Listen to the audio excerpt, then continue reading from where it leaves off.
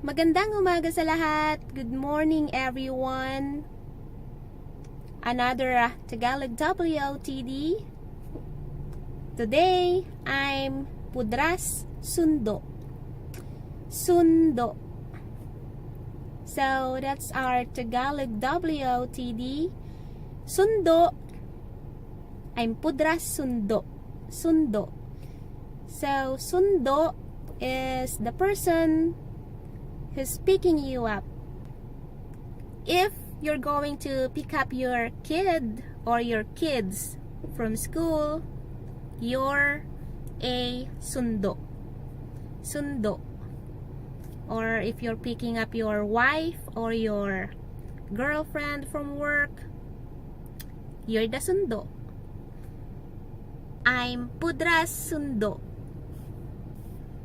Also,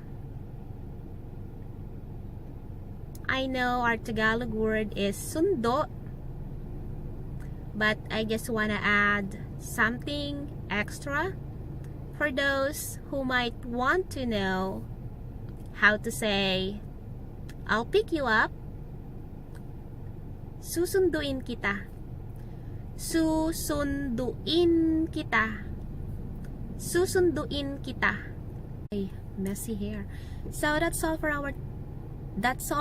our Tagalog WOTD.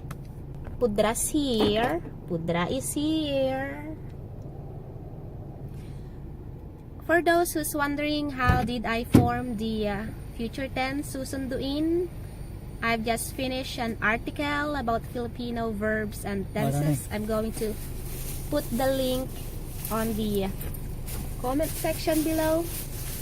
That's all. Babush!